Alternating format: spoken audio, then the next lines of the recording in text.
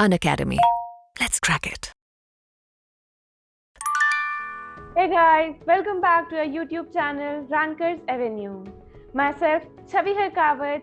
So in this video, I will be sharing with you कि क्या मेरी approach रही थी for physics so that I could score good.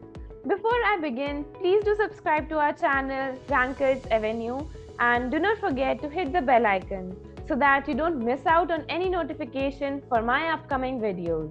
Also, do give a like and share with your friends if you like the video. So without wasting any time, I'll start. First of all, physics is a subject which is very important if you're aspiring for a good rank. And मेरी हमेशा एक particular approach रहती थी physics के लिए which I will be sharing in its entirety. मतलब मैं ये क्या कहूँगी कि पढ़ते तो सभी लोग हैं, इनफैक्ट हर जना ही जितना पढ़ाया गया क्लास में सभी पढ़ रहे हैं, बट इम्पॉर्टेंट थिंग इज कि क्या आपकी स्ट्रैटेजी है एक प्रॉपर स्ट्रक्चर्ड वे में कि आप उस सब्जेक्ट को कितना ग्रास्प कर पा रहे हो. And it is this strategy which I always focused upon कि क्या मैं उसको और कितना इम्प्रूव कर सकती हूँ, कितना और उसे एफिशिएंट बना सकती हूँ. And this is what I call a smart work, and it is not just about hard work. सुना ही होगा. And सबसे पहले मैं ये कहूँगी for physics theory is very important. कितने ही बच्चे ऐसे होते हैं who are just focusing on questions and calculation numericals, but मैं focus importantly करती थी theory पे. First of all, जो क्लास में थ्योरी पढ़ाई गई है आई यूज टू इंश्योर कि वो थ्योरी मुझे अच्छे से आती है, मैं उसकी इन डेप्थ उसके कॉन्सेप्ट समझ पा रही हूँ. आप दो बच्चों को कंपेयर करो, one who is very good at theory and plus उसकी एट अ लेवल कैलकुलेशन भी है, अच्छे क्वेश्चन प्रैक्टिस है, और सेकेंड स्टूडेंट है जिसको सिर्फ न्यूमेरिकल्स आते हैं, उसकी थ्योरी स्ट्रांग नहीं है, और उसे कोई भी एक नया क्वेश्चन दे दो, you will see कि जिसकी थ्योरी अच्छी है that student is able to apply the concepts and come up with an answer, while जिसने सिर्फ numericals पे focus किया है he will be struggling with that new type of question. So always I ensure कि मेरी theory strong हो और मुझे सारे concepts, सारे questions की approach अच्छे से आती हो. Second is electromagnetic induction पे ऐसा कुछ question आया था कि रॉड चल रही है इन एन इलेक्ट्रिक फील्ड, उस पर ऐसा कुछ निकालना था, मुझे याद नहीं एग्जैक्टली मुझे याद नहीं, बट इस टाइप का क्वेश्चन था, और वो कॉन्सेप्ट वो टॉपिक हमें क्लास में तब तक नहीं पढ़ाया गया था, काफ़ी बेसिक पर ही हुआ था वो टॉपिक. एंड एग्ज़ाम में मैंने ये चीज़ देखी थी कि मैं जो बेसिक कॉन्सेप्ट हमें पढ़ाया गया था क्लास में, उस कॉन्सेप्ट को अपने बिल्कुल देसी तरीके से मैं चली थी. उस क्वेश्चन को लेकर मैं उसको पूरा डिराइव कर लिया था, उसका रिलेशन क्या होगा, सारा कॉन्सेप्ट लगा दिया था, and I came up with the right answer. Later on जब मैंने क्लास में देखा कि वही चीज़ सेम चीज़ हमें क्लास में पढ़ाई जा रही है, एंड आई वाज लाइक मैंने सेम कॉन्सेप्ट खुद से अप्लाई किया एंड मैं बिल्कुल बेसिक तरीके से उस चीज़ को डिराइव करते हुए बिल्कुल सही कंक्लूजन पे पहुंची, और मेरी सोच, मेरी अप्रोच बिल्कुल सही थी. एंड ये चीज़ तभी पॉसिबल हो पाती है when you have a very good grip on the fundamental physics and fundamental basic topics क्या हैं उस फिजिक्स के टॉपिक के. सो मैं हमेशा इंश्योर करती हूँ कि मुझे हमेशा बेसिक आता हो, और मैं हमेशा बेसिक से ही चलने की कोशिश करती थी. ऐसा नहीं कि डायरेक्टली फार्मूला रट लिया एंड डायरेक्टली मैं एग्जाम में फार्मूला अप्लाई कर रही हूँ. नो, मैं हमेशा बेसिक से देसी तरीके से एकदम सॉल्व करती थी क्वेश्चन को. एंड येस, दिस टेक्निक हमेशा उन क्वेश्चन से भी मेरी काफ़ी हेल्पफुल रहती थी जहाँ पे बिल्कुल नया टाइप का मुझे क्वेश्चन मिल रहा हो. सो थ्योरी से बेसिकली काफ़ी हेल्प मिलती है कि हमारे कॉन्सेप्ट अच्छे होते हैं, जो थ्योरेटिकल क्वेश्चंस हैं वो काफ़ी सही होते थे. अनदर इज कि कैसे मेरी अप्रोच डेवलप हो रही है. नेक्स्ट इज थ्योरी और कैसे अच्छी इम्प्रूव करी थी मैंने. First is again class notes, जो कोचिंग के नोट्स होते हैं वो. अनदर इज जो NCERT दे रखी है 11th एंड 12th की, दैट इज़ वेरी गुड. कुछ एक टॉपिक्स हैं like wave optics, fluid mechanics, ऐसे जो कितने थियोरेटिकल टॉपिक्स हैं उनकी NCERT is too good. And once अगर आप NCERT जब मैंने NCERT खुद से पढ़ी थी, मैंने देखा था कि कितनी ही चीज़ें नई हैं NCERT में, एंड काफ़ी अच्छे से थियोरेटिकल एक्सप्लेनेशन उनके दे रखे हैं जो मुझे नहीं पता थे, एंड काफ़ी हेल्पफुल रही थी एनसीईआरटी मुझे नए क्वेश्चंस की अप्रोच डेवलप करने में. So I would say class notes and NCERT is enough for a good grip on theory. Second is formula. Physics में जैसे कितने स्टूडेंट्स मुझे बताते हैं कि वो फॉर्मूले रट लेते हैं और नीट में डायरेक्ट फॉर्मूला बेस्ड क्वेश्चंस आएंगे, हम वो कर लेंगे. मेरी अप्रोच ऐसी नहीं थी. Right from the very beginning मैं कभी भी फॉर्मूले नहीं याद करती थी इतने.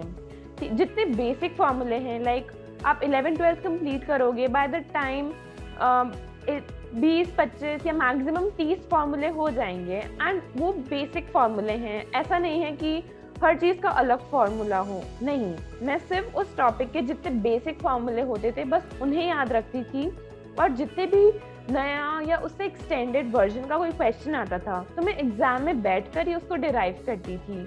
अब क्योंकि मेरी कैलकुलेशन अच्छी है, like I have shared a video on how to improve on how I improve my calculation.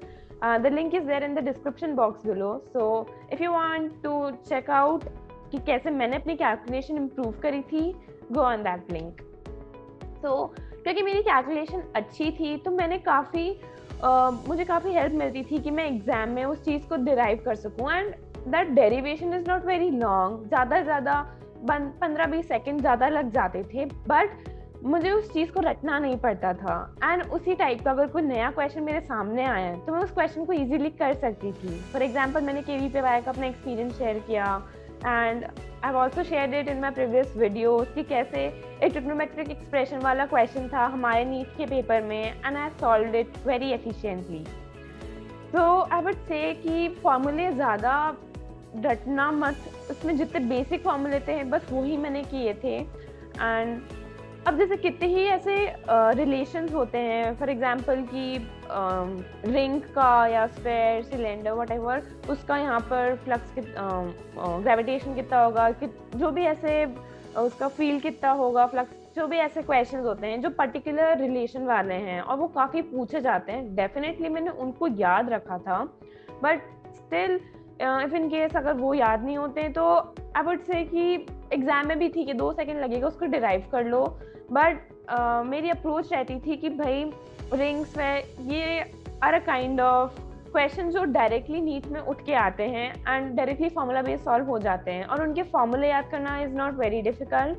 तो ऐसे जो पर्टिकुलर रिलेशन वाले होते थे वो मैं थोड़ा बहुत याद कर लेती थी. एंड नॉट एग्जैक्टली याद, बट जितने टाइम हम न्यूमेरिकल सॉल्व प्रैक्टिस करते जाते हैं वो चीज़ें अपने आप याद हो जाती हैं. So it's okay, but at the same time मैं ये नहीं कहूँगी कि जैसे प्रोजेक्टाइल मोशन है उसमें incline ground to ground projection है, हाइट से ग्राउंड पे प्रोजेक्शन है, उन सबके 10-15 फॉर्मूले आ गए और सबको बैठ के रट रहे हो.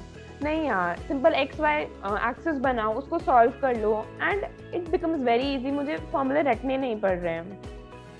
कितने ही ऐसे क्वेश्चन होते हैं कि भाई पुली वाले सिस्टम है, न्यूटन्स लॉज ऑफ मोशन है, M1 M2 ब्लॉक लटक रहा है, उसके 10 फॉर्मूले बाहर आ गए. आई नेवर क्रैम दोज फॉर्मूले. एग्जाम में फ्री बॉडी डायग्राम बनाया, उसको उसी वक्त सॉल्व कर डाला. हार्डली 10-15 सेकेंड ज़्यादा लगते हैं, but at least it's helpful for me कि मैं अपनी अच्छी ग्रिप है मेरी एंड वो हो जाते हैं क्वेश्चंस. सो मेरी हमेशा यही अप्रोच रहती थी कि मैं फॉर्मूले ज़्यादा नहीं रट रही हूँ, मैं सिर्फ बेसिक्स पे ध्यान देती थी. अनदर इज़ कि फिजिक्स में जब मैं क्वेश्चंस अप्रोच करती थी मैं ज़्यादा न्यूमेरिकल्स वाले क्वेश्चन सॉल्व नहीं करती थी. Numerical is important to improve the calculation. Definitely जब अच्छे लेवल की फिजिक्स आप सॉल्व कर रहे हैं तो कुछ एक न्यूमेरिकल क्वेश्चन आ जाते हैं एंड उससे प्रैक्टिस हो जाती है.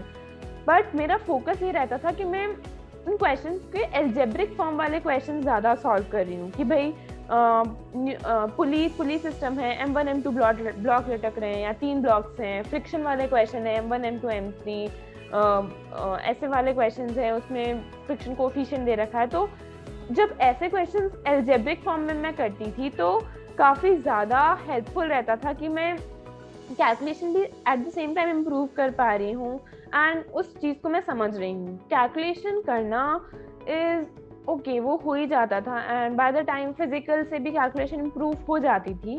तो मेरा मेन फोकस रहता था कि मैं एल्जेब्रिक फॉर्म वाले क्वेश्चन ज़्यादा कर रही हूँ एंड यही क्वेश्चन जो एल्जेब्रिक फॉर्म वाले होते हैं ये क्वेश्चन ज़्यादा रैंक डिटरमाइनिंग क्वेश्चंस में आते हैं एंड नीट में इतने टफ नहीं होते थे। Like I have shared in my previous video, मैं जेई की मॉड्यूल्स भी सॉल्व करती थी, उसमें लेवल 2 में या अच्छे जो क्वेश्चंस होते थे लेवल 1 में भी मोस्ट ऑफ द क्वेश्चंस वो एल्जेब्रिक फॉर्म में होते थे, तो मैं उन पर ज़्यादा फोकस कर पाती थी एंड उनमें मेरी काफ़ी ज़्यादा अच्छा दिमाग खुलता था उन क्वेश्चंस को अटेम्प्ट करने में। नेक्स्ट इज एक फिजिक्स में एक ऐसा पॉइंट भी होता है कि जब हम क्वेश्चंस पेपर में सॉल्व कर रहे हैं there is something called as guesswork. Yes, अगर आपका कॉन्सेप्ट अच्छा है, अगर आपकी फिजिक्स में ग्रिप है, इन डेप्थ आपने टॉपिक समझ रखा है, तो कितने ही क्वेश्चंस ऐसे होते हैं कि आपको उस क्वेश्चन में समझ आ जाता है कि हाँ इसका आंसर अप्रॉक्सीमेटली इसके बीच होगा या एक इनसाइट मिल जाती है क्वेश्चन की। एंड कितनी ही बार ऐसा होता है कि उन क्वेश्चंस में ऑप्शंस इस तरह सेट होते हैं कि आप बिना उस क्वेश्चन को सॉल्व करे आप सीधा टिक कर सकते हैं। And even for those questions जो टफ हैं, जो नहीं हो पा रहे हैं, उनमें भी अगर आपका गेस वर्क सही है तो वो क्वेश्चंस आप फिर भी अटेम्प्ट कर सकते हो। मेरे मॉक टेस्ट में ऐसा हुआ था 2-3 बार, ये क्वेश्चंस इतने अच्छे लेवल के थे कि उनको खुद से सॉल्व कर पाना वाज डिफिकल्ट, बट एक दिमाग में एक पैटर्न सेट था, एक अप्रोच बनी हुई थी कि हाँ ये क्यूब है, क्यूब के अंदर एक चार्ज रखा हुआ है, उसका फ्लक्स मैं कैलकुलेट कर सकती हूँ इस पॉइंट पे, मैं सोच पा रही हूँ कि ठीक है उसके एक कॉर्नर पे फ्लक्स बाय 8 होगा, जो भी है। बट एक दिमाग की अप्रोच है, एक खुला दिमाग है, और क्योंकि ये खुला दिमाग है तो पता चल जाता है कि हाँ जितना भी होगा इसका इस तरह से आंसर होगा एंड इस रेंज में होगा, तो उससे काफ़ी इजीली आप ऑप्शन सेलेक्ट कर सकते हो या ऑप्शन एलिमिनेट कर सकते हो। Next is calculation aspect. Calculation aspect के लिए I have shared another video, the link is there in the description box below.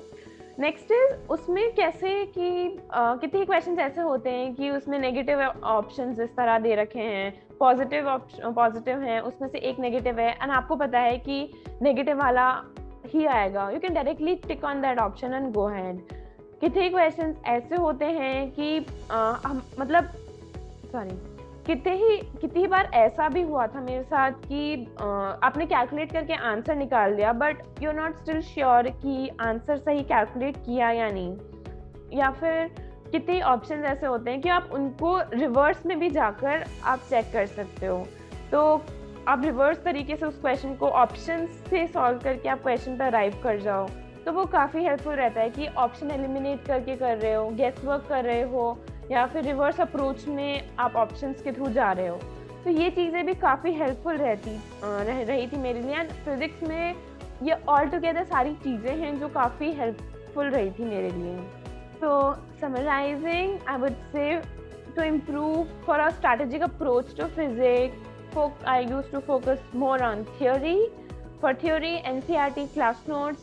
Second is your formula based approach कि कम से कम मिनिमम बेसिक फार्मूला पे रहो, question को देसी तरीके से सॉल्व कर डालो एंड दैट्स वेरी हेल्पफुल कि 20, 25, 50 फार्मूले याद नहीं करने पड़ रहे हैं।